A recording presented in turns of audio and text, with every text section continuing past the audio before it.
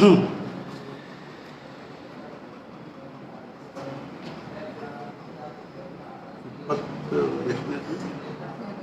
25, 26, 27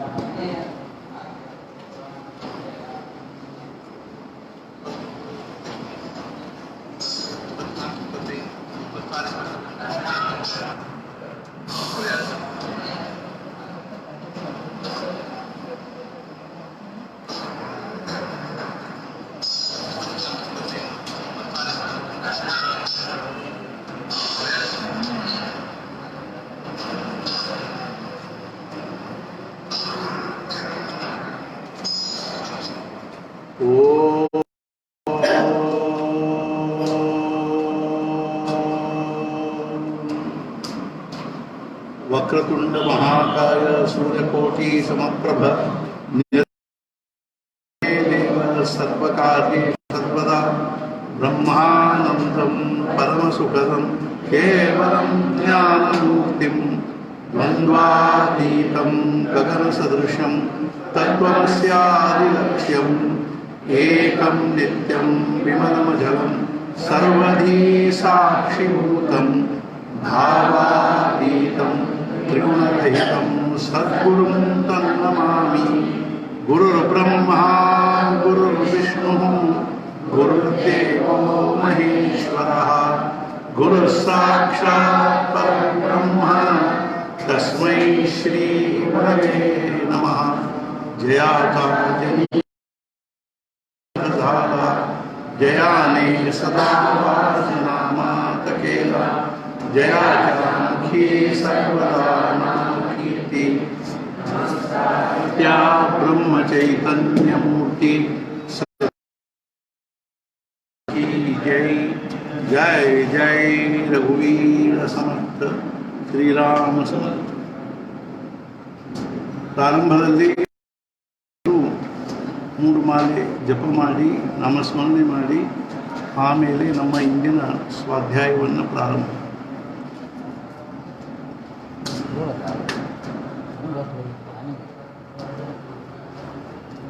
sound ಬರ್ತದೆ.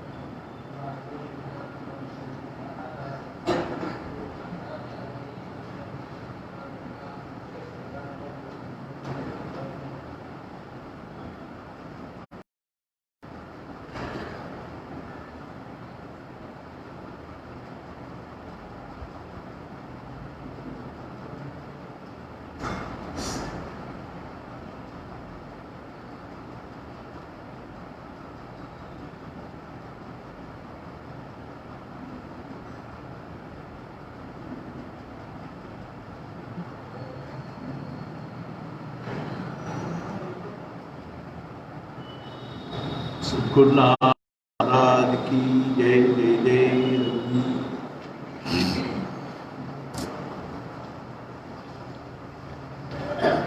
ವಿದೇಹಾಪರಿ ತಾಲವೋನಿ ಪ್ರಪಂಚ ಮುಮುಕ್ಷು ಜನಾಲಾಗಿ ಅಧ್ಯಾತ್ಮ ಚರ್ಚಾ ಕರೋನಿ ಬಹುಲೋಕ ಜಯ ಮೇಳ ನೀತಿ ನಮಸ್ಕಾರ ಬ್ರಹ್ಮ ಚೈತನ್ಯ ಮೂರ್ತಿ सद्गुरुनाथ महाराज की जय जय जय रघुवीर समर्थ श्री राम समर्थ सद्गुरु श्री ब्रह्म चैतन्य महाराजर सद्गुरु श्री ब्रह्मानंद महाराजर ಅನುಗ್ರಹದಿಂದ ಕಳೆದ ಅನೇಕ ದಿನಗಳಿಂದ ನಾವು ಶ್ರೀ ಸದ್ಗುರುಗಳ ದಿವ್ಯ ಸಾನ್ನಿಧ್ಯದಲ್ಲಿ ಬೆಳಗ್ಗೆ ಶೈರಾತ್ರಿಯವರೆಗೆ ಅನೇಕ ಪ್ರಕಾರದಿಂದ ಸದ್ಗುರುಗಳ ದಿವ್ಯ ಕೈಂಕರ್ಯದಲ್ಲಿ ಅದೇ ರೀತಿಯಾಗಿ ನಮ್ಮ ಆತ್ಮೋದ್ಧಾರದ ಸಾಧನೆಯಲ್ಲಿ ನಾಮಸ್ಮರಣೆ ಉಪಾಸನೆ ಭಜನೆ ಪ್ರದಕ್ಷಿಣೆ ಸ್ವಾಧ್ಯಾಯ ಸತ್ಸಂಗ ಇತ್ಯಾದಿಗಳಲ್ಲಿ ನಾವು ಕಾರ್ಯಕ್ರಮವನ್ನು ಮಾಡ್ತಾ ಇರೋದು ನಿಜವಾಗಿ ನಮ್ಮೆಲ್ಲರ ಒಂದು ಭಾಗ್ಯ ಅಂತ ಹೇಳ್ಬೋದು. ಇದೇ ಸಂದರ್ಭದಲ್ಲಿ ನಾವು ಸದ್ಗುರು ಶ್ರೀ ಬ್ರಹ್ಮಾನಂದ ಮಹಾರಾಜರ ಮೊದಲನೇ ಪೂರ್ವಾರ್ಧವನ್ನು ಓದಿ ಮುಗಿಸಿ ಉತ್ತರಾರ್ಧವನ್ನು ನಾವು ಬರಿತಾ ಇರೋದನ್ನು ಎಲ್ಲರ ಮುಂದೂ ಅದನ್ನು ನಿವೇದನೆ ಮಾಡಬೇಕು ಅನ್ನುವಂಥ ಭಾವನೆಯಿಂದ ಅದರಲ್ಲೂ ವಾಚನ ಪ್ರಾರಂಭ ಆಗಿದೆ. ಆದರೆ ಈಗ ಎಷ್ಟು ಮುಂಚೆ ಬರೆದಿಟ್ಟಿತ್ತು ಅದನ್ನೆಲ್ಲ ಓದಿದ ಮೇಲೆ ಈಗ ನಿತ್ಯ ಬರಿತಾ ಇರೋದರಿಂದ ಬರೆದನ್ನೇ ಓದ್ತಾ ಇರೋದರಿಂದ ಒಂದು ದಿವಸ ಬಿಟ್ಟು ಒಂದು ದಿವಸ ಓದುವಂಥ ಪದ್ಧತಿಯನ್ನು ಇಟ್ಟುಕೊಳ್ಳಲಿದೆ.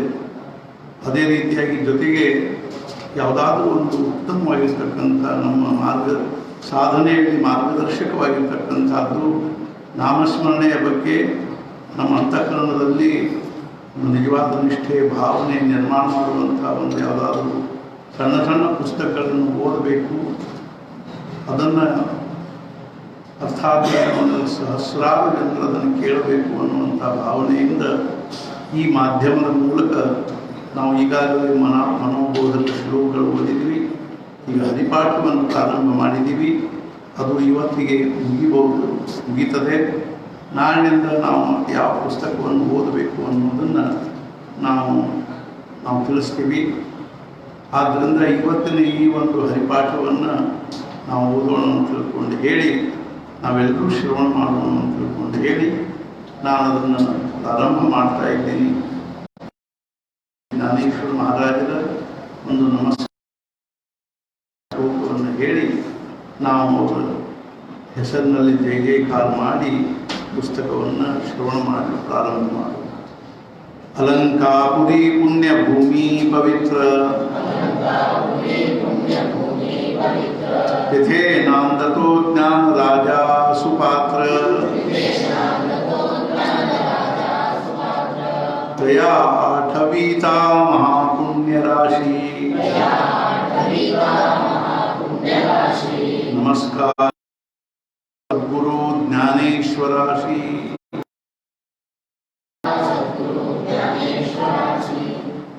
बोला कुंडली कवरदा श्री ज्ञानदेव तुकाराम पंढरीनाथ महाराज की जय जय जय रघुवीर समर्थ श्री अनंत कोटि ब्रह्मांड नायक राजाधिराज चिदानंद सद्गुरु श्री ब्रह्म चैतन्य महाराज की जय सद्गुरु श्री महाराज की जय जय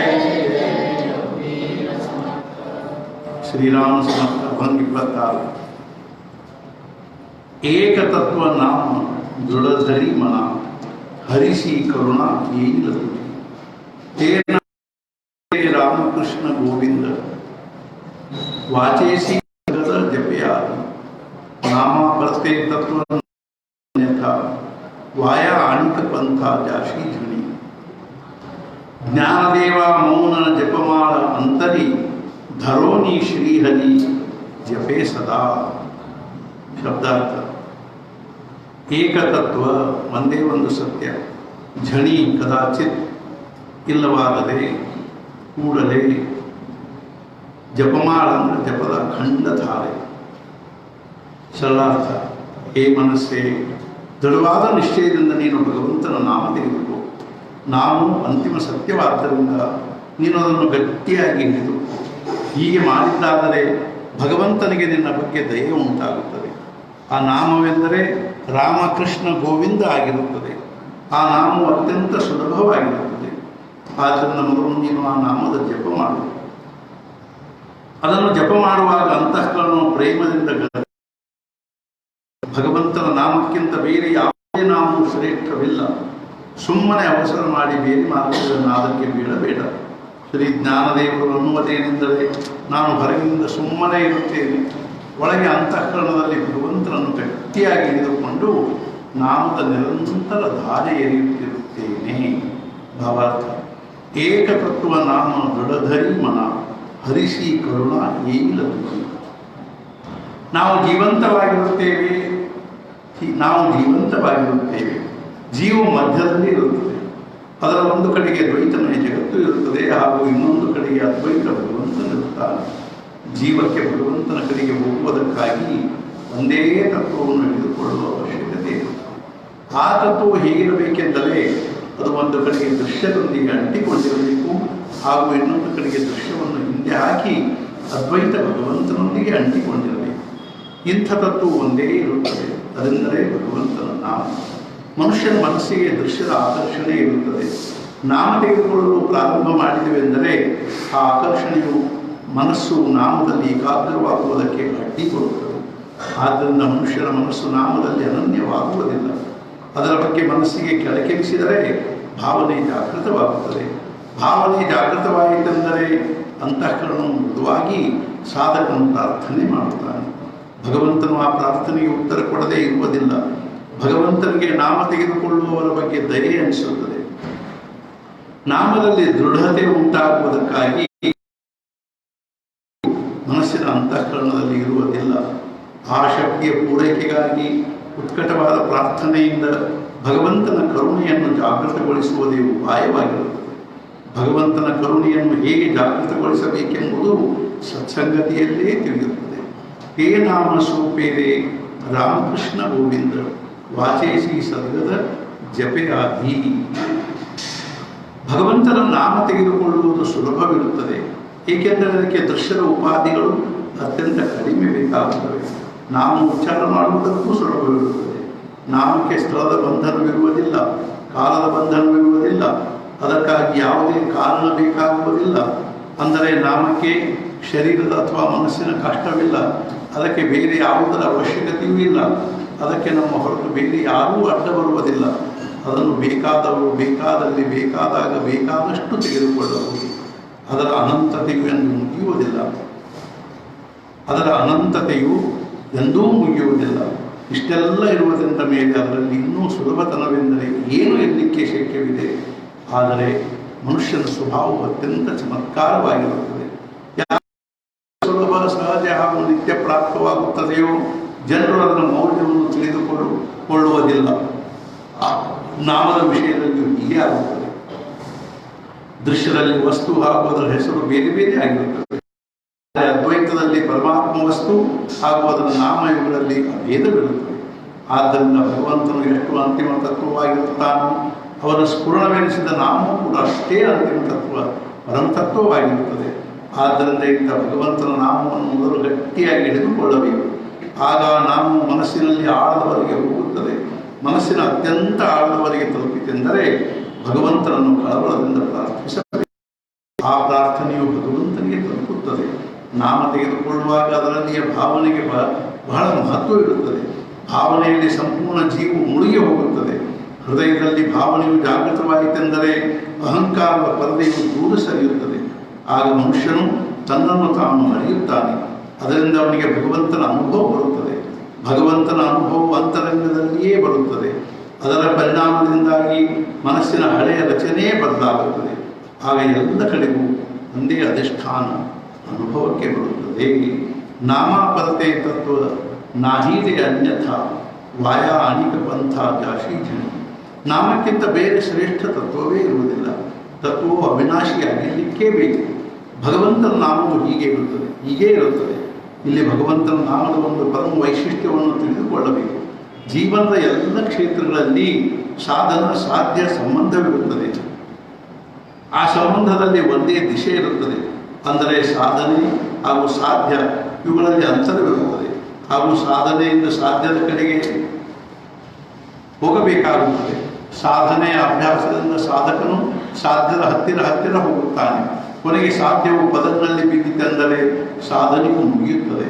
ಭಗವಂತನ ನಾಮದ ವಿಷಯದಲ್ಲಿ ಹೀಗೆ ಇರುತ್ತದೆ. ಸಾಧನೆಯ ಅಭ್ಯಾಸ ಪ್ರಾರಂಭವಾಯಿತೆಂದರೆ ಸಾಧಕನು ಸಾಧ್ಯದ ಹತ್ತಿರ ಹೋಗುವುದಿಲ್ಲ. ಸಾಧ್ಯವೇ ಅವನ ಹತ್ತಿರ ಬರುತ್ತದೆ. ನಾಮ ಸಾಧನೆಯ ಚಮತ್ಕಾರವೇನೆಂದರೆ ನಾವು ಭಗವತ್ ಸ್ವರೂಪವಾಗಿರುವುದರಿಂದ ಅದೇ ಸಾಧ್ಯವಾಗಿರುತ್ತದೆ. ಅಂದರೆ ನಾಮ ತೆಗೆದುಕೊಳ್ಳುವವನಿಗೆ ನಾಮಕ್ಕಿಂತ ಬೇರೆ ಏನೂ ಸಂಪಾದಿಸುವುದು ಉಳಿದಿರುವುದಿಲ್ಲ. ನಾನು ನಾಮ ತೆಗೆದುಕೊಳ್ಳುತ್ತೇನೆ, ನನಗೆ ಸಂಪಾದಿಸುವುದೇನು ಉಳಿದಿರುವುದಿಲ್ಲ ಎಂಬ ಭಾವನೆಯು ಬೆಳೆಯುತ್ತಾ ಹೋಗುವುದೆಂದರೆ ಸಾಧ್ಯವು ಹತ್ತಿರ ಬಂದಂತೆ. ನಾಮವು ಸಾಧನೆ ಹಾಗೂ ನಾಮವೇ ಸಾಧ್ಯವೆಂದ ಮೇಲೆ ನಾಮ ತೆಗೆದುಕೊಳ್ಳುವ ನಾನು ಹಾಗೂ ಯಾರ ನಾಮ ತೆಗೆದುಕೊಳ್ಳುತ್ತೇನೋ ಆ ಭಗವಂತ, ಇವರಿಬ್ಬರಲ್ಲಿ ಅದ್ವೈತವಿರುತ್ತದೆ. ಆದ್ದರಿಂದ ನಾಮ ತೆಗೆದುಕೊಳ್ಳುತ್ತಾ ನಾನು ಭಗವಂತನಲ್ಲಿ ವಿಲೀನವಾಗುತ್ತೇನೆ. ನಾನು ಎಂಬುದು ಇಲ್ಲವಾದರೆ ಜಗತ್ತು ಉಳಿಯುವುದಿಲ್ಲ. ಕೊನೆಗೆ ನಾಮವೊಂದೇ ಶೇಷ ಉಳಿಯುತ್ತದೆ.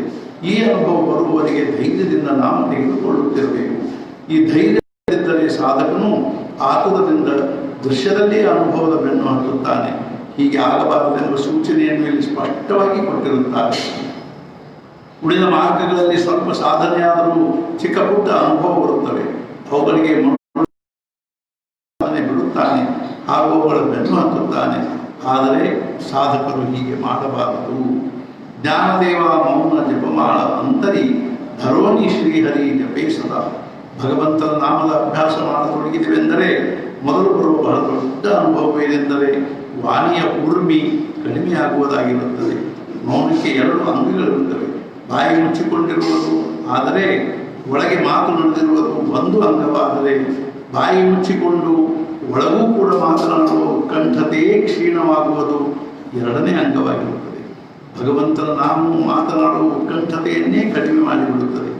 ಆಧ್ಯಾತ್ಮಿಕ ಸಾಧನೆಯ ಮಾರ್ಗದಲ್ಲಿ ಮೌನಕ್ಕೆ ಅತ್ಯಂತ ಮಹತ್ವವಿರುತ್ತದೆ. ಹೆಚ್ಚೇನು ಮೌನದ ಹೊರತು ಸಾಧನೆಯಲ್ಲಿ ಇಲ್ಲವೆಂಬುದನ್ನು ಲಕ್ಷ್ಯದಲ್ಲಿಟ್ಟುಕೊಳ್ಳಬೇಕು.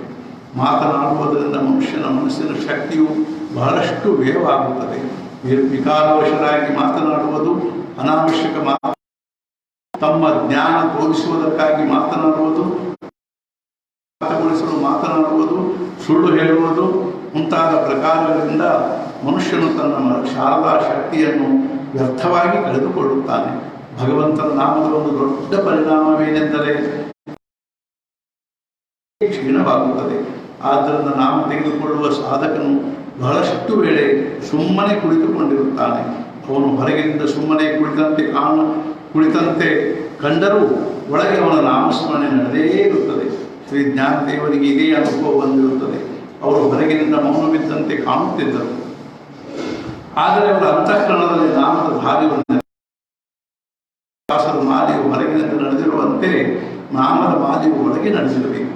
ಆದರೆ ಅದರೊಂದಿಗೆ ಭಗವಂತನನ್ನು ಒಳಗೆ ಗಟ್ಟಿಯಾಗಿಟ್ಟುಕೊಳ್ಳುವ ಅವಶ್ಯಕತೆ ಇರುತ್ತದೆ. ಅದೇ ಭಗವಂತನ ಅಸ್ತಿತ್ವದ ಭಾವನೆಯಾಗಿರುತ್ತದೆ. ಹೊರಗಿನಿಂದ ಮೌನ ಅಂದರೆ ಅವಶ್ಯಕತೆ ಇದ್ದಷ್ಟೇ ಮಾತನಾಡುವುದು, ಒಳಗೆ ನಿರಂತರ ನಡೆಯುವ ನಾಮ ಹಾಗೂ ಭಗವಂತನ ಅಧಿಷ್ಠಾನದ ಭಾವನೆ, ಇವು 3 ಸೇರಿ ನಾಮ ಸಾಧನೆಯಾಗುತ್ತದೆ. ಅಭಂಗ 27.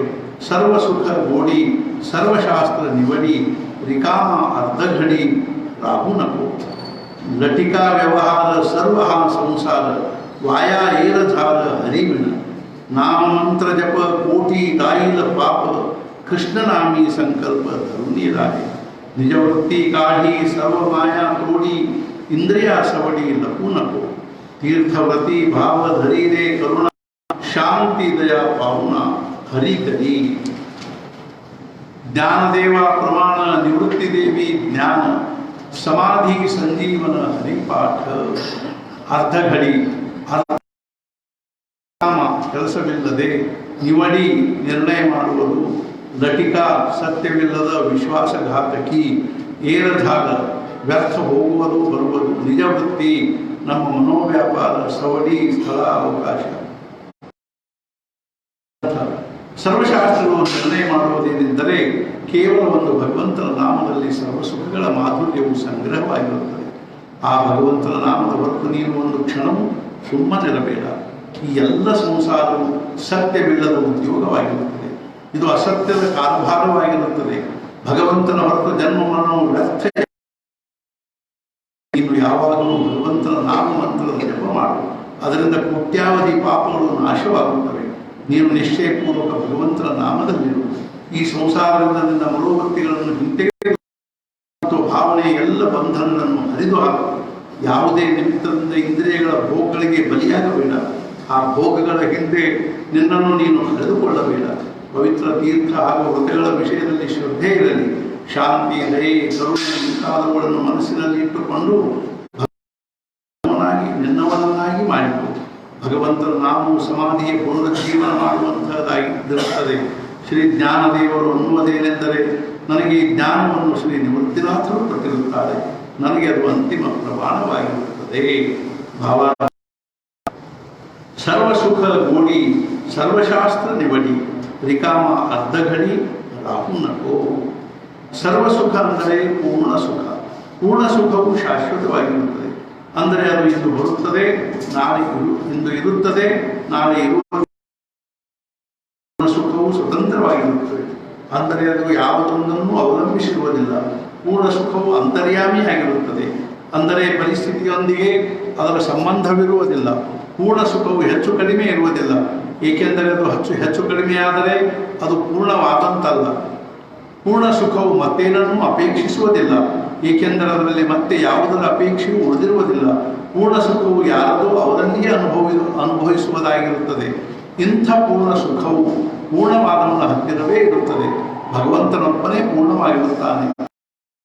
ಸ್ಮರಣೆ ಆಗಿರುವುದರಿಂದ ಅವನ ಹತ್ತಿರ ಇರುವ ಪೂರ್ಣ ಸುಖವು ನಮಗೆ ರುಚಿ ಅನಿಸುವುದಿಲ್ಲ. ಅದು ರುಚಿ ಅನಿಸಬೇಕಾದರೆ ಅವನ ಸ್ಮರಣೆ ಒಂದೇ ಉಪಾಯವಾಗಿರುತ್ತದೆ. ಭಗವಂತನ ಸ್ಮರಣೆಯು ಅವನ ನಾಮದ ಹೊರತು ಶಕ್ಯವಿಲ್ಲ. ಆದ್ದರಿಂದ ಪೂರ್ಣ ಸುಖದ ಅನುಭವ ಪಡೆಯಬೇಕಾದರೆ ಒಂದು ಕ್ಷಣವೂ ಕೂಡ ನಾಮದ ಹೊರತು ಇರಬಾರದು. ಒಂದು ಕ್ಷಣ ಅಂದರೆ 12 ಸೆಕೆಂಡು. ಸರ್ವಗೋಡಿ ರಿಕಾಮ ಅರ್ಧಘಡಿ ರಾಹುನಕು. ಘಟಿಕಾ ಅಂದರೆ 12 ಸೆಕೆಂಡ್. ಲಟಿಕಾ ವ್ಯವಹಾರ ಸರ್ವ ಸಂಸಾರ ವಾಯ ಏರಧಾರ ಹರಿವಿಣ. ಒಂದು ನಿಮಿಷದಲ್ಲಿ 5 ಕ್ಷಣ. ಸಂಸಾರವೆಂದರೆ ಮನುಷ್ಯನ ಮನುಷ್ಯನ ಅನುಭವಕ್ಕೆ ಬರುವ ದೃಶ್ಯ ಜಗತ್ತಿನ ವ್ಯಾಪ್ತಿಯಾಗಿರುತ್ತದೆ. ಮನುಷ್ಯನ ಪ್ರಪಂಚವೆಂದರೆ ಈ ದೊಡ್ಡ ಸಂಸಾರದ ಒಂದು ಚಿಕ್ಕ ಆವೃತ್ತಿ ಎಂದು ತಿಳಿಯಬೇಕು. ಸಂಸಾರವು ಅಶಾಶ್ವತವಾಗಿರುತ್ತದೆ ಎಂಬುದು ನಮ್ಮ ಬರುತ್ತದೆ. ನಮ್ಮ ಸುತ್ತಲೂ ಹರಡಿರುವ ಈ ವಿಶಾಲ ವಿಶ್ವದಲ್ಲಿ ಸ್ಥಿರವಾಗಿರುವ ವಸ್ತು, ವ್ಯಕ್ತಿ ಹಾಗೂ ಘಟನೆಗಳು ಇರುವುದಿಲ್ಲ. ತಾತ್ಪರ್ಯವೇನೆಂದರೆ ಈ ಎಲ್ಲ ಸಂಸಾರವು ಮೂಲದಲ್ಲಿ ಅಸತ್ಯವಾಗಿರುತ್ತದೆ. ಅಂದ ಮೇಲೆ ಪ್ರಪಂಚದಲ್ಲಿ ಸಂಭವಿಸುವ ಘಟನೆಗಳು ಹೇಗೆ ತಾನೇ ಸತ್ಯವಾದ ಸಂಸಾರದಲ್ಲಿರುವ ವಸ್ತುಗಳಿಗೆ, ವ್ಯಕ್ತಿಗಳಿಗೆ ಹಾಗೂ ಘಟನೆಗಳಿಗೆ ನಾವು ಕೊಡುವ ಮೌಲ್ಯವು ಭ್ರಾಮಕವಾಗಿರುತ್ತದೆ, ಅಂದರೆ ಅಸತ್ಯವಾಗಿರುತ್ತದೆ. ಆದರೆ ಸಂಸಾರವು ಅಸತ್ಯವಾಗಿದ್ದರೂ ಅದರ ನಾದಕ್ಕೆ ಬಿದ್ದು ಅದಕ್ಕೆ ಸತ್ಯತೆಯ ಭಾವ ಕೊಟ್ಟದ್ದಾದರೆ ಅದು ನಮ್ಮನ್ನು ಜನ್ಮ ಮರಣದ ಚಕ್ರದಲ್ಲಿ ಸಿಕ್ಕಿಸುತ್ತದೆ. ಮನುಷ್ಯನು ಪುನಃ ಜನ್ಮ ತೆಗೆದುಕೊಳ್ಳುತ್ತಾನೇನೋ ನಿಜ, ಆದರೆ ಅವನ ಆತ್ಮದ ವಿಕಾಸವಾಗುವುದಿಲ್ಲ. ಪ್ರತಿಯೊಂದು ಜನ್ಮದಲ್ಲಿ ಅವನ ದೇಹ, ಆದರೆ ಅವನ ಅಂತರಂಗದ ಸ್ಥಿತಿಯು ಹಾಗೆಯೇ ಉಳಿಯುತ್ತದೆ. ಆದ್ದರಿಂದ ಜನ್ಮ ಮರಣವು ಅಂದರೆ ವ್ಯರ್ಥ ಯಾತಾಯಾತವಾಗುತ್ತದೆ. ನಾಮಮಂತ್ರ ಜಪ ಕೋಟಿ ದಾಯಿದ ಪಾಪ ಕೃಷ್ಣನಾಮಿ ಸಂಕಲ್ಪ ಋಣಿರಾಹೇ. ಮನುಷ್ಯ ಜನ್ಮ ಪ್ರಾಪ್ತವಾದ ಮೇಲೆ ಮನುಷ್ಯನು ಭಗವಂತನನ್ನು ಮರೆತು ಸುಮ್ಮನೆ ಬಾಳುತ್ತಿದ್ದರೆ ಅವನ ಜೀವನವು ಸಾರ್ಥಕವಾಗುವುದಿಲ್ಲ. ಸಾರ್ಥಕವಾಗಲು ಅವನ ಜೀವನದಲ್ಲಿ ಭಗವಂತನು ಪ್ರವೇಶಿಸಬೇಕು. ಜೀವನದಲ್ಲಿ ಭಗವಂತನನ್ನು ತರುವುದಕ್ಕಾಗಿ ಸತ್ಸಂಗತಿ ಒಂದು ದೊಡ್ಡ ಉಪಾಯವಾಗಿರುತ್ತದೆ. ಆದರೆ ಸಂತರ ಭೇಟಿಯಾಗಿ ಅವರ ಸಹವಾಸ ದೊರಕುವುದಕ್ಕಾಗಿ ಪುಣ್ಯ ಬೇಕಾಗುತ್ತದೆ.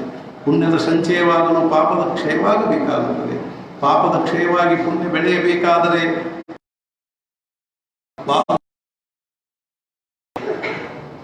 ಪಾಪದ ಸಾಮರ್ಥ್ಯವೇನೂ ಕಡಿಮೆ ಇರುವುದಿಲ್ಲ. ಭಗವಂತನ ನಾಮ ತೆಗೆದುಕೊಳ್ಳಬೇಕೆಂದು ಅನಿಸಿದರೂ ಪಾಪವು ಅದನ್ನು ತೆಗೆದುಕೊಳ್ಳಗೊಳ್ಳುವುದಿಲ್ಲ. ಇಂಥ ಪರಿಸ್ಥಿತಿಯಲ್ಲಿ ನಾಮ ತೆಗೆದುಕೊಳ್ಳುವ ಸಂಕಲ್ಪ ಅಂದರೆ ನಿಶ್ಚಯವನ್ನೇ ಮಾಡಬೇಕು. ನಿಶ್ಚಯ ಪೂರ್ವಕ ನಾಮ ತೆಗೆದುಕೊಂಡದ್ದಾದರೆ ಆ ನಾಮದಿಂದಲೇ ಪಾಪದ ಪ್ರತಿಬಂಧಕವು ದೂರವಾಗುತ್ತದೆ. ಅದು ದೂರವಾಯಿತೆಂದರೆ ನಾಮಸ್ಮರಣೆಗೆ ಶಿಸ್ತು ದೊರೆಯುತ್ತದೆ, ಸಾಧ್ಯ ಘಟಕವಾಗುತ್ತದೆ. ನಿಜವೃತ್ತಿ ಕಾಢಿ ಸರ್ವ ಮಾಯಾ ಇಂದ್ರಿಯ ಸವಡಿ ಲಪೋ ಭಗವಂತನ ವಿಸ್ಮರಣೆಯಾದೊಡನೆ ಮನುಷ್ಯನ ಅಂತರಂಗದಲ್ಲಿ ಅಹಂಕಾರದ ವೃತ್ತಿ ಉದಯವಾಗುತ್ತದೆ. ಇದೇ ನಿಜವೃತ್ತಿಯಾಗಿರುತ್ತದೆ. ಅಹಂಕಾರದಿಂದ ದೇಹವು ಸತ್ಯವೆನಿಸುತ್ತದೆ. ದೇಹದ ಸತ್ಯತೆಯಿಂದಲೇ ಮಮಕಾರದ ವಿಸ್ತಾರವಾಯಿತು. ಮಮಕಾರದ ವಿಸ್ತಾರದಿಂದಲೇ ಮನುಷ್ಯನ ಸುತ್ತಲೂ ಆಸಕ್ತ ವಸ್ತು ವ್ಯಕ್ತಿಗಳ ಒಂದು ಜಗತ್ತು ಸಿದ್ಧವಾಗುತ್ತದೆ. ಆ ವಸ್ತು ಹಾಗೂ ವ್ಯಕ್ತಿಗಳು ದೇಹಕ್ಕೆ ಸುಖ ಕೊಡುತ್ತಾರೆ, ಸಹಾಯ ಮಾಡುತ್ತಾರೆ ಹಾಗೂ ಸಂರಕ್ಷಣೆಯ ಭರವಸೆ ನೀಡುತ್ತಾರೆ. ಆದ್ದರಿಂದ ಸಾಮಾನ್ಯ ಮನುಷ್ಯನು ಅವೆಲ್ಲವುಗಳಲ್ಲಿ ಸಿಕ್ಕಿಕೊಳ್ಳುತ್ತಾನೆ. ಇನ್ನೊಂದು ವಿಷಯವೇನೆಂದರೆ, ದೇಹದ ಮೂಲಕ ಜಗತ್ತಿನಿಂದ ಸುಖ ಪಡೆಯಲು ಮನುಷ್ಯನಿಗೆ ಅವನ ಇಂದ್ರಿಯಗಳು ಉಪಯೋಗವಾಗುತ್ತವೆ. ಆದ್ದರಿಂದ ಅವನ ಜೀವನದಲ್ಲಿ ಇಂದ್ರಿಯಗಳಿಗೆ ಮಹತ್ವದ ಸ್ಥಾನವಿರುತ್ತದೆ. ಎಷ್ಟೋ ವೇಳೆ ಇಂದ್ರಿಯಗಳಿಂದ ಪ್ರಾಪ್ತವಾಗುವ ಸುಖವು ಸುಖದ್ದಾಗುವುದಿಲ್ಲ.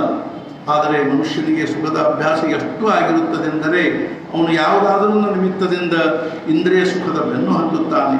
ಮಮತ್ವ ಭಾವನೆಯಿಂದ ಪ್ರಪಂಚದಲ್ಲಿ ಸಿಕ್ಕಿಕೊಂಡ ಜೀವವನ್ನು ಬಿಡಿಸಲು ಹಾಗೂ ಇಂದ್ರಿಯ ಸುಖಗಳಿಗೆ ಅಧೀನನಾಗಲು ಅಹಂವೃತ್ತಿಯನ್ನು ಕ್ಷೀಣ ಮಾಡುವುದೊಂದೇ ಉಪಾಯವಾಗಿರುತ್ತದೆ. ಅಹಂವೃತ್ತಿಯನ್ನು ಕ್ಷೀಣಗೊಳಿಸುವುದಕ್ಕೆ ಸುಲಭ ಉಪಾಯವೆಂದರೆ, ಈ ಜಗತ್ತಿನಲ್ಲಿ ಯಾವುದನ್ನು ನಾನು ನನ್ನದೆನ್ನುವೆನೋ ಅದೆಲ್ಲವೂ ಭಗವಂತನಿರುತ್ತದೆ ಎಂಬ ಭಾವನೆ ಬೆಳೆಸಬೇಕು. ಇದರಲ್ಲಿ ಮನುಷ್ಯನ ಜೀವನದ ಹೊರಗಿನ ಸ್ವರೂಪವು ಹೇಗೋ ಹಾಗೆಯೇ ಉಳಿಯುತ್ತದೆ, ಆದರೆ ಅಂತರಂಗದಲ್ಲಿ ಪರಿವರ್ತನೆ ಆಗುತ್ತದೆ. ಅದು ಹೇಗೆಂದರೆ, ಮನುಷ್ಯನು ಭಗವಂತನಿಗೆ, ಹೇ ಭಗವಂತ, ನನ್ನ ದೇಹ ಸಹಿತ ನನ್ನ ಆಗಿರುತ್ತದೆ ಎಂದು ಅನ್ನುತ್ತಾನೆ. ಈ ದೇಹಧಾರಣೆಯು ಸ್ಥಿರವಾಯಿತೆಂದರೆ ಮನುಷ್ಯನ ಅಹಂಕಾರವು ಕ್ಷೀಣವಾಗುತ್ತದೆ, ಅವನ ಮಾಯಾಪಾಶವು ಹರಿದು ಹೋಗುತ್ತದೆ ಹಾಗೂ ಅವನು ಇಂದ್ರಿಯಗಳಿಗೆ ವಶನಾಗುವುದಿಲ್ಲ. ತೀರ್ಥವ್ರತಿ ಭಾವ ಧರೀರೆ ಕರುಣ ಶಾಂತಿ ದಯಾ ಪಾವನ ಹರಿಕರಿ. ದೇಹದ ಬಗ್ಗೆ ಇರುವ ಅಹಂಭಾವನೆ ಹಾಗೂ ದೃಶ್ಯದ ಬಗ್ಗೆ ಇರುವ ಮಮತ್ವ ಭಾವನೆ ಕಡಿಮೆಯಾಯಿತೆಂದರೆ ಮಾಯೆಯ ಹಿಡಿತವು ಸಡಿಲವಾಗುತ್ತದೆ. ಆಗ ಇಂದ್ರಿಯಗಳ ಸ್ವಾಮಿತ್ವವು ತಾನಾಗಿಯೇ ನಿಸ್ತೇಜವಾಗುತ್ತದೆ. ಇದನ್ನು ಸಾಧಿಸಲು ತೀರ್ಥಾಟನೆ ಹಾಗೂ ವ್ರತಾಚರಣೆಗಳ ಉಪಯೋಗವಾಗುತ್ತದೆ. ತೀರ್ಥಗಳಲ್ಲಿ ಸಂತರ ಭೇಟಿಯಾಗುತ್ತದೆ ಹಾಗೂ ವ್ರತಾಚರಣೆಗಳಿಂದ ಜೀವನಕ್ಕೆ ಆಧ್ಯಾತ್ಮಿಕ ತಿರುವು ಬರುತ್ತದೆ. ಭಗವಂತನ ಪ್ರೇಮ ಉಂಟಾಗಲು ಇವುಗಳ ಅವಶ್ಯಕತೆ ಇರುತ್ತದೆ. ಆದರೆ ಮನುಷ್ಯನಿಗೆ ಜ್ಞಾನ ಹಾಗೂ ಪ್ರೇಮಗಳನ್ನು ಹೊರಗಿನಿಂದ ಪಡೆಯುವ ಅಭ್ಯಾಸವಾಗಿರುತ್ತದೆ. ಪ್ರೇಮವು ಒಮ್ಮೆಲೆ ನಿರ್ಮಾಣವಾಗುವುದಿಲ್ಲ, ಅದು ಸಹವಾಸದಿಂದ ನಿರ್ಮಾಣವಾಗುತ್ತದೆ. ಆದ್ದರಿಂದ ಅತಿಥಿಯಂತಾದರೂ ನಾವು ನಮ್ಮ ಜೀವನದಲ್ಲಿ ಭಗವಂತನನ್ನು ತರಬೇಕು. ಭಗವಂತನು ನಮ್ಮ ಸಹವಾಸದಲ್ಲಿ ಆನಂದದಿಂದ ಇರಲು ದೈವಿ ಸಂಪತ್ತಿನ ಅವಶ್ಯಕತೆ ಇರುತ್ತದೆ. ದೈವಿ ಗುಣಗಳಲ್ಲಿ ಕರುಣೆ, ಶಾಂತಿ ಹಾಗೂ ದಯೆ, ಈ ಗುಣಗಳು ಭಗವಂತನಿಗೆ ವಿಶೇಷ ರುಚಿಸುತ್ತವೆ. ಈ ಗುಣಗಳನ್ನು ಸಂವರ್ಧಿಸಿದರೆ ಮನುಷ್ಯನ ಮನಸ್ಸೇ ತೀರ್ಥ ಅಂದರೆ ಪವಿತ್ರ ಸ್ಥಾನವಾಗುತ್ತದೆ.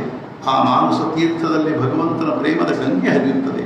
ಅಲ್ಲಿ ಭಗವಂತನು ಆನಂದದಿಂದ ಭಗವಂತನು ಎಲ್ಲಿ ವಾಸ್ತವ್ಯಕ್ಕೆ ಬರುತ್ತಾನೋ ಅಲ್ಲಿ ಅವನ ಸ್ಮರಣೆಯು ಅದೂ ಕೂಡ ಅವನ ನಾಮದ ರೂಪದಿಂದ ಇರುತ್ತದೆ ಎಂದು ಬೇರೆ ಹೇಳಬೇಕಾಗಿಲ್ಲ.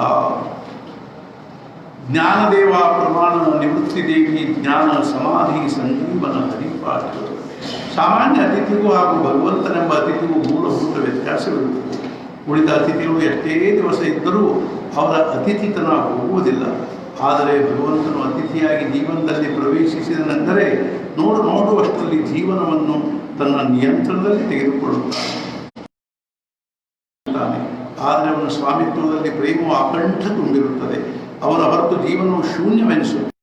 ಅವನು ಒಂದೇ ಕ್ಷಣ ದೃಷ್ಟಿಯಿಂದ ದೂರನಾದನೆಂದರೆ ಜೀವನವು ವ್ಯಾಕುಲವಾಗುತ್ತದೆ. ಅವನನ್ನು ನಿರಂತರ ನಮ್ಮ ದೃಷ್ಟಿಯ ಮುಂದೆ ಇಟ್ಟುಕೊಳ್ಳಲು ಅವನ ನಾಮಸ್ಮರಣೆಯಂತ ಬೇರೆ ಉಪಾಯವಿಲ್ಲ. ನಾಮಸ್ಮರಣೆಯ ಸಾಮರ್ಥ್ಯದಿಂದ ಭಗವಂತನನ್ನು ಅಖಂಡವಾಗಿ ನಮ್ಮ ಮುಂದೆ ಇಟ್ಟುಕೊಳ್ಳುವುದೇ ಹರಿಪಾಠದ ನಿಜವಾದ ಅರ್ಥವಾಗಿರುತ್ತದೆ. ಭಗವಂತನನ್ನು ಮುಂದೆ ಇಟ್ಟುಕೊಳ್ಳುವುದೆಂದರೆ ಅವನ ಅಸ್ತಿತ್ವದ ಅರಿವು ಉಳಿಯುವುದಾಗಿರುತ್ತದೆ. ಭಗವಂತನ ಅಸ್ತಿತ್ವವು ಎಷ್ಟು ತೇಜೋಮಯವಾಗಿರುತ್ತದೆಂದರೆ ಅದರಲ್ಲಿ ಜೀವದ ಅಸ್ತಿತ್ವವು ಸಹಜವಾಗಿ ರೂಪುಗೊಳ್ಳುತ್ತದೆ. ಆದರೆ ನಾವು ಸತ್ತು ಸಮಾಧಿ ಸಾಧಿಸುವುದರಲ್ಲಿ ವಿಶೇಷವೇನಿರುತ್ತದೆ? ನಿಜವಾಗಿ ಹೇಳಬೇಕೆಂದರೆ ಭಗವಂತನು ಇದ್ದು ನಾನು ಅವನಲ್ಲಿ ಐಕ್ಯವಾಗಿ ಸಮಾಧಿ ಅನುಭವಿಸುವುದರಲ್ಲಿಯೇ ಚಮತ್ಕಾರವಿರುತ್ತದೆ. ಇದೇ ನಿಜವಾದ ಸಂಜೀವನ ಸಮಾಧಿಯಾಗಿರುತ್ತದೆ. ಭಗವಂತನ ನಾಮದಿಂದ ಸಾಧಿಸಿದ ಹಾಗೂ ಕಣ್ಣು ತೆರೆದಿಟ್ಟುಕೊಂಡು ಅನುಭವಿಸುವ ಈ ಸಮಾಧಿಯನ್ನು ಶ್ರೀ ನಿವೃತ್ತಿನಾಥರು ಶ್ರೀ ಜ್ಞಾನದೇವರಿಗೆ ತಿಳಿಸಿದರು. ಇದು 100ಕ್ಕೆ 100ರಷ್ಟು ಸತ್ಯವಾಗಿರುತ್ತದೆ ಎಂದು ಶ್ರೀ ಜ್ಞಾನದೇವರು ತಮ್ಮ ಅನುಭವದಿಂದ ಹೇಳುತ್ತಾರೆ. ಹೀಗಾಗಿ ಶ್ರೀ ಜ್ಞಾನದೇವರು ಪಾರಂಗತರಾಗಿದ್ದರು. ಅವರ ಈ ಉದ್ಗಾರಗಳಿಗೆ ಅತ್ಯಂತ ಮಹತ್ವ ಕೊಡಬೇಕು.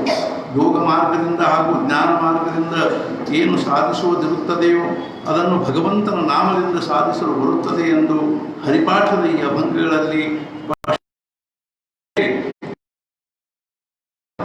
ಜ್ಞಾನೇಶ್ವರ ಮಹಾರಾಜರ ಅಭಿಪ್ರಾಯವಾಗಿರುತ್ತದೆ. ಶ್ರೀ ಜ್ಞಾನೇಶ್ವರ ಮಹಾರಾಜರ ಹರಿಪಾಠವೆಂದರೆ ಮರಾಠಿ ಭಾಷೆಯಲ್ಲಿಯ ಪ್ರಥಮ ಉಪನಿಷತ್ ಎಂದೇ ತಿಳಿಯಬೇಕು. ನಾಮಾಮೃತದ ಮಾಧುರ್ಯವೇ ಅದರ ವಿಷಯವಾಗಿರುತ್ತದೆ. ನಾಮಾಮೃತದ ಮಾಧುರ್ಯವನ್ನು ಸವಿದವರ ಜೀವನವು ಪರಮಾನಂದದಿಂದ ತುಂಬಿಬಿಡುತ್ತದೆ. ಶ್ರೀ ಜ್ಞಾನೇಶ್ವರ ಮಹಾರಾಜರು ಆ ಆನಂದವನ್ನು ಸ್ವತಃ ಅನುಭವಿಸಿದರು. ಹಾಗೂ ಅದನ್ನು ಹೇಗೆ ಅನುಭವಿಸಬೇಕೆಂದು ಈ ಹರಿಪಾಠದಲ್ಲಿ ಹೇಳಿರುವರು. ನಾವೆಲ್ಲರೂ ಜೀವನವನ್ನು ಬಾಳುತ್ತೇವೆ, ಆದರೆ ಹೇಗೆ ಬಾಳಬೇಕೋ ಹಾಗೆ ಬಾಳುವುದಿಲ್ಲ ಎಂಬುದೇ ಅವರ ಅಭಿಪ್ರಾಯವಾಗಿರುತ್ತದೆ. ನಾವು ಎಷ್ಟು ಸಂಪತ್ತನ್ನು ಸಂಪಾದಿಸಿದೆವು ಅನ್ನುವುದರ ಮೇಲಿಂದ ನಾವು ಜೀವನದ ಉತ್ತಮತೆಯನ್ನು ನಿರ್ಣಯಿಸುತ್ತೇವೆ. ಇದು ಸರಿಯಲ್ಲ. ನಾಮಸ್ಮರಣೆ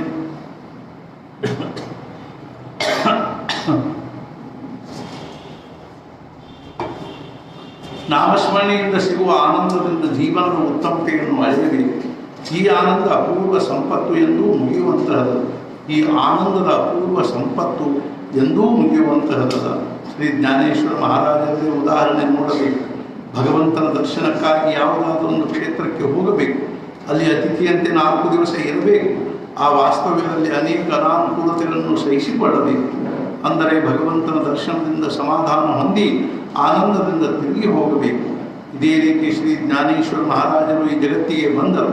ಅತಿಥಿಯಂತೆ ಇದ್ದರು. ಶಾಂತ ಮನಸ್ಸಿನಿಂದ ದುಃಖವನ್ನು ಎದುರಿಸಿದರು. ಆದರೆ ಸದ್ಗುರು ಕೊಟ್ಟ ನಾಮಾಮೃತ ಪಾನ ಮಾಡಿ ಮತ್ತರಾದರು. ಕೇವಲ ನಾಮಸ್ಮರಣೆಯು ಅವರನ್ನು ಆನಂದದ ಸಾಮ್ರಾಜ್ಯದಲ್ಲಿ ಕೂಡಿಸಿದರು. ಆ ಆನಂದದಿಂದ ಅವರು ಸಂಪೂರ್ಣ ಸಂಸಾರವನ್ನು ಸುಖಮಯವಾಗಿ ಮಾಡಿದರಲ್ಲದೆ 3 ಲೋಕಗಳನ್ನು ಆನಂದದಿಂದ ತುಂಬಿಬಿಟ್ಟರು. ನಾಮದ ಆನಂದವು ಅವರ ರೋಮಗಳಿಂದಲೂ ಹರಡಿತು. ಆದ್ದರಿಂದ ಅವರ ಮುಖದಿಂದ ಬಂದ ಶಬ್ದಗಳೆಲ್ಲವೂ ನಾಮಾಮೃತದಿಂದ ತುಂಬಿ ತುಳುಕಿರುತ್ತವೆ. ತಾತ್ಪರ್ಯವೇನೆಂದರೆ ಯಾರು ಅವರ ಹರಿಪಾಠದಲ್ಲಿ ಸಮರಸರಾಗುತ್ತಾರೋ ಅವರಿಗೂ ಕೂಡ ನಾಮಾಮೃತ ಸವಿಯಲು ಬರುತ್ತದೆ. ಅಮೃತದ ಮಾಧುರ್ಯವು ಬೇರೆ ಆಗಿರುತ್ತದೆ ಎಂಬುದು ನಿಜ. ಆದರೆ ನಾವು ಅಮೃತ ಹೇಗೆಂಬುದನ್ನು ತಿಳಿದುಕೊಳ್ಳಬೇಕು. ಯಾವ ಜಗತ್ತಿನಲ್ಲಿ ನಾವು ಜನ್ಮ ತಾಳುತ್ತೇವೋ ಹಾಗೂ ಜೀವನ ಬಾಳುತ್ತೇವೋ ಅದು ನಾಮ ಹಾಗೂ ರೂಪದಿಂದ ಆಗಿರುತ್ತದೆ. ಉದಾಹರಣೆಗೆ ಮನುಷ್ಯನೆಂದರೆ ಅವನ ಶರೀರ, ಮನ ಹಾಗೂ ಆತ್ಮ ಆಗಿರುತ್ತಾನೆ. ಶರೀರ ಹಾಗೂ ಮನಸ್ಸುಗಳು ಸೇರಿ ಆತ್ಮವೆಂದರೆ ಅವನ ನಿಜವಾದ ನಾನು, ಅಂದರೆ ನಾಮವಾಗಿರುತ್ತದೆ. ಮನುಷ್ಯನ ರೂಪ ಬದಲಾಗುತ್ತದೆ, ಆದರೆ ಅವನ ನಾಮವು ಬದಲಾಗುವುದಿಲ್ಲ. ಮನುಷ್ಯನ ದೇಹ ಸಾಯುತ್ತದೆ, ಆದರೆ ಅವನ ನಾಮವು ಅಮರವಾಗಿರುತ್ತದೆ. ಅಮರವಾಗಿರುವವನ ನಾಮವೇ ಆತ್ಮದ ಸಂಕೇತವಾಗಿರುತ್ತದೆ. ನಾಮವು ಆತ್ಮದ ಸಂಕೇತವಾಗಿರುವುದರಿಂದ ನಾಮವು ಅಮರವಾಗಿರುತ್ತದೆ. ಆದ್ದರಿಂದ ನಾಮವು ಅಮೃತವಾಗಿರುತ್ತದೆ. ಆತ್ಮವು ಆನಂದ ರೂಪವಾಗಿದ್ದು ಪ್ರೇಮಸ್ವರೂಪವಾಗಿರುತ್ತದೆ. ಮಾಧುರ್ಯವನ್ನು ಸವಿಯುವುದೆಂದರೆ ಪ್ರೇಮ ಸ್ವರೂಪವಾದ ನಮ್ಮಲ್ಲಿ ಆತ್ಮನ ಆನಂದದ ಪ್ರತ್ಯಕ್ಷ ಅನುಭವ ಪಡೆದುಕೊಳ್ಳುವುದಾಗಿರುತ್ತದೆ. ಆತ್ಮಾನಂದದ ಅನುಭವ ಪಡೆದುಕೊಳ್ಳುವುದಕ್ಕಾಗಿ ಮನುಷ್ಯನಿಗೆ ತನ್ನಲ್ಲಿಯೇ ಇಳಿಯಬೇಕಾಗುತ್ತದೆ. ತನ್ನಲ್ಲಿ ಇಳಿಯಲು ನಾಮದಂತ ಸಾಧ್ಯ ಉಪಾಯವಿಲ್ಲ. ಏಕೆಂದರೆ ಹೃದಯಸ್ಥ ಆತ್ಮನ ಸ್ಫುರಣವು ಪರಾವಾಣಿಯಲ್ಲಿ ಅಖಂಡ ನಡೆದಿರುತ್ತದೆ.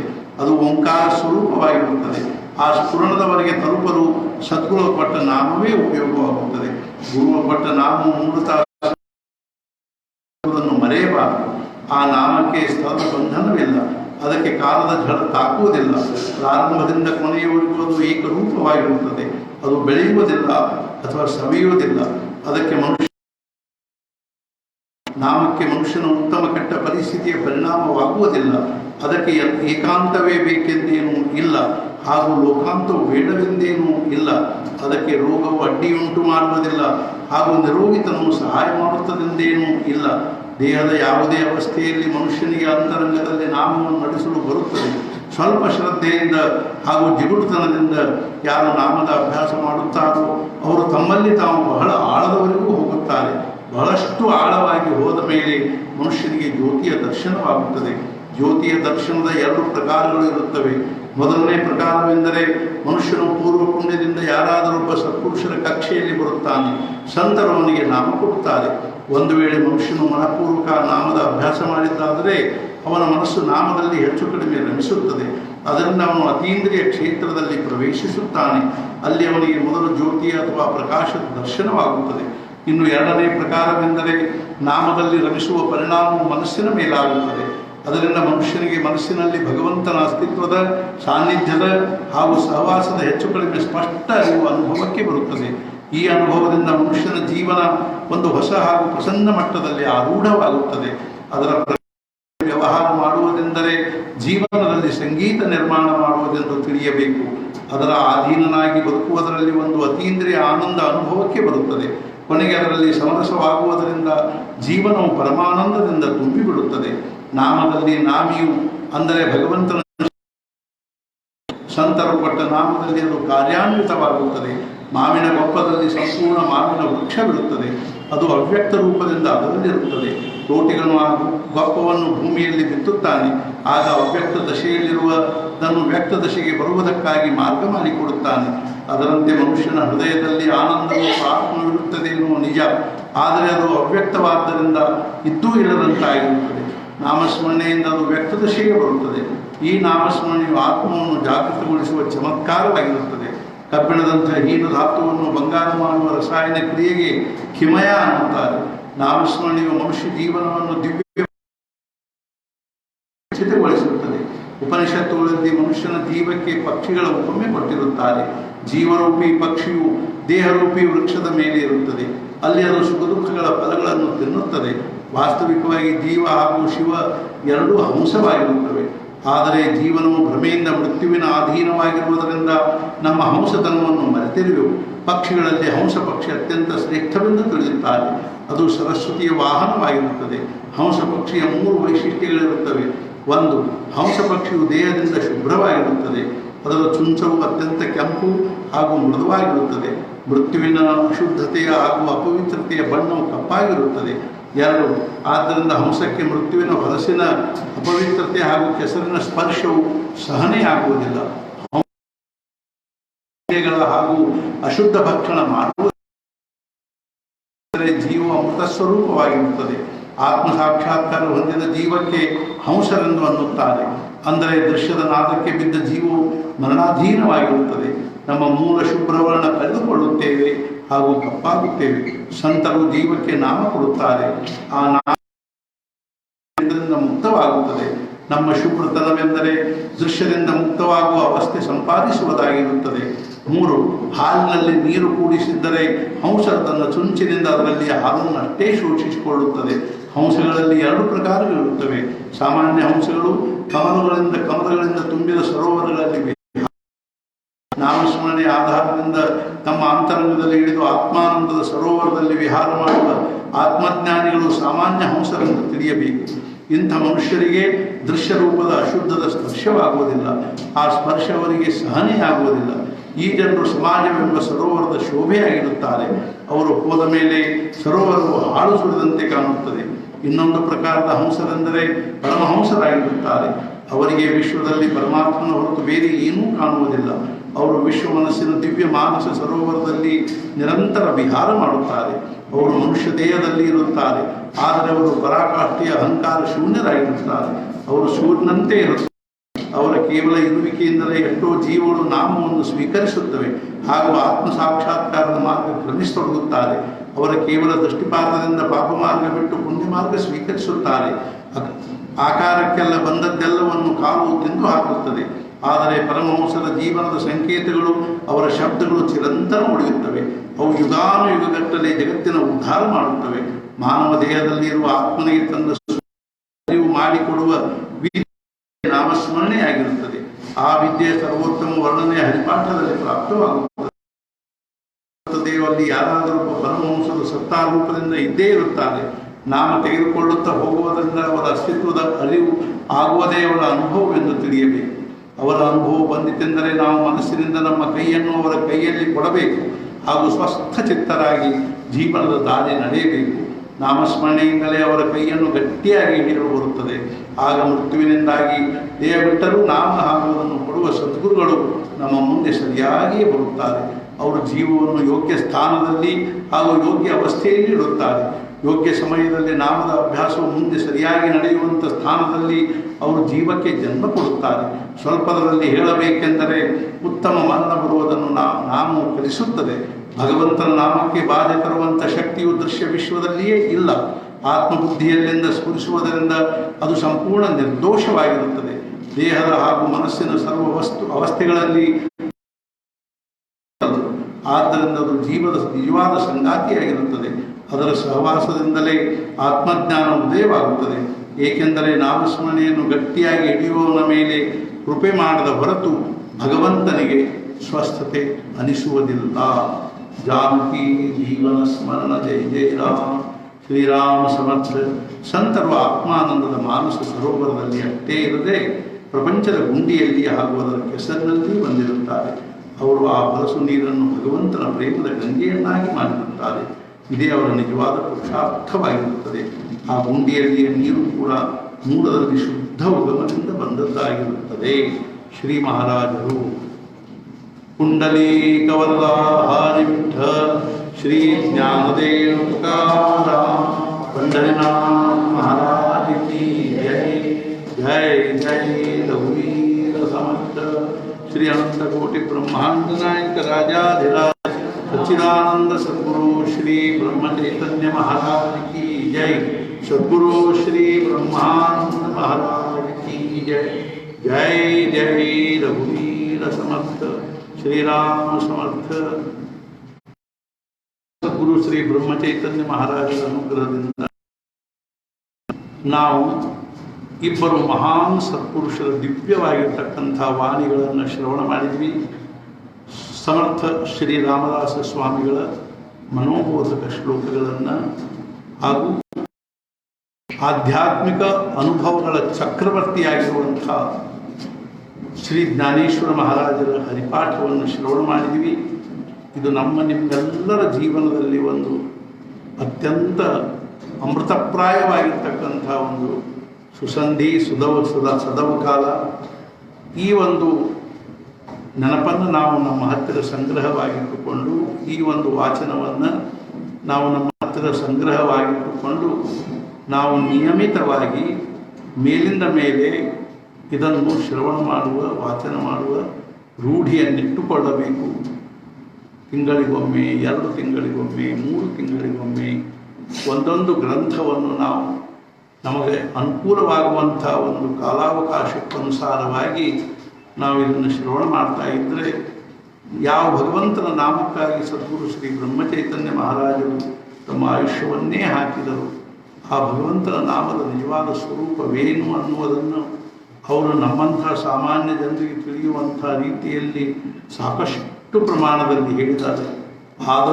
ಆದರೂ ಸಮರ್ಥರು ತಮ್ಮದೇ ಆಗಿರ್ತಕ್ಕಂಥ ಒಂದು ಭೂಮಿಕೆಯಲ್ಲಿ ಅದೇ ರೀತಿಯಾಗಿ ಶ್ರೀ ಜ್ಞಾನೇಶ್ವರ ಮಹಾರಾಜರು ತಮ್ಮದೇ ಆಗಿರ್ತಕ್ಕಂಥ ಭೂಮಿಕೆಯಲ್ಲಿ ಹೇಳಿದ್ದರೂ ಸಹಿತ ನಮ್ಮಂಥವರ ಭೂಮಿಕೆಯನ್ನು, ಆಧ್ಯಾತ್ಮಿಕ ಭೂಮಿಕೆಯನ್ನು ಮೇಲೆ ಎತ್ತಬೇಕು ಅನ್ನುವಂಥ ಕಳಕಳಿಯಿಂದ ಹೇಳಿರುವ ಈ 2 ಪುಸ್ತಕಗಳನ್ನು ನಾವು ಪುನಃ ಶ್ರವಣ ಮಾಡೋಣ. ಇದೇ ರೀತಿಯಾಗಿ ಮುಂದಿನ ಒಂದು ಚಿಕ್ಕ ಪುಸ್ತಕವನ್ನು ನಾವೆಲ್ಲರೂ ಶ್ರವಣ ಮಾಡಬೇಕು. ಅದರ ಹೆಸರು ಮುಖ್ಯವಾಗಿ ಅರ್ಥಾತ್ ಏನು, ಯಾವ ದಿಶೆಯಲ್ಲಿ ನಾವು ಪ್ರಸ್ಥಾನ ಮಾಡ್ತಾ ಇದ್ದೀವಿ, ಪ್ರಯಾಣ ಮಾಡ್ತಾ ಇದ್ದೀವಿ, ಆ ದಿಶೆಯಲ್ಲಿ ಆಗ್ತಕ್ಕಂಥ ಒಂದು ಚಿಕ್ಕ ಪುಸ್ತಿಕೆ. ಅದರ ಹೆಸರು ಭಗವಂತನ ಸ್ವರೂಪ ಹಾಗೂ ಸಾಕ್ಷಾತ್ಕಾರವೆಂಬಂಥ ಪುಸ್ತಕವನ್ನು ನಾವು ಈಗ ಶ್ರವಣ ಮಾಡೋಣ.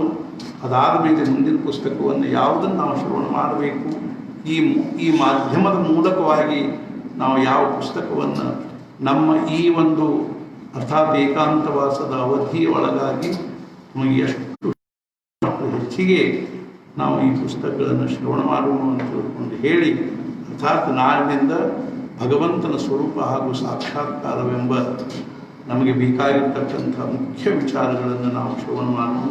ನೀವೆಲ್ಲರೂ ಅದರಲ್ಲಿ ಸಹಭಾಗಿಗಳಾಗಿ ಆ ವಿಚಾರಗಳನ್ನು ಅತ್ಯಂತ ಏಕಾಗ್ರತೆಯಿಂದ ಮನಪೂರ್ವಕವಾಗಿ ಕೇಳಿ ಅವುಗಳನ್ನು ಮತ್ತೊಮ್ಮೆ ಶ್ರವಣ ಮಾಡಿ ನಾವು ನಮ್ಮ ಜೀವನದಲ್ಲಿ ಅದನ್ನು ಅಳವಡಿಸಿಕೊಂಡು ನಮ್ಮ ಜೀವನವನ್ನು ನಾವು ಸಾರ್ಥಕ ಮಾಡಿಕೊಳ್ಳೋಣ ಅಂತ ತಿಳ್ಕೊಂಡು ಹೇಳಿ, ಸದ್ಗುರುಗಳಲ್ಲಿ ನಾನು ಅನನ್ಯವಾಗಿ ಪ್ರಾರ್ಥನೆ ಮಾಡುವುದೇನು ಅಂದರೆ ಮಹಾರಾಜ ನಮಗೂ ನಿಮಗೂ ಎಲ್ಲರಿಗೂ ಆಯುಷ್ಯ ಆರೋಗ್ಯ ಐಶ್ವರ್ಯವನ್ನಿತ್ತು ಅನುಗ್ರಹಿಸಲಿ.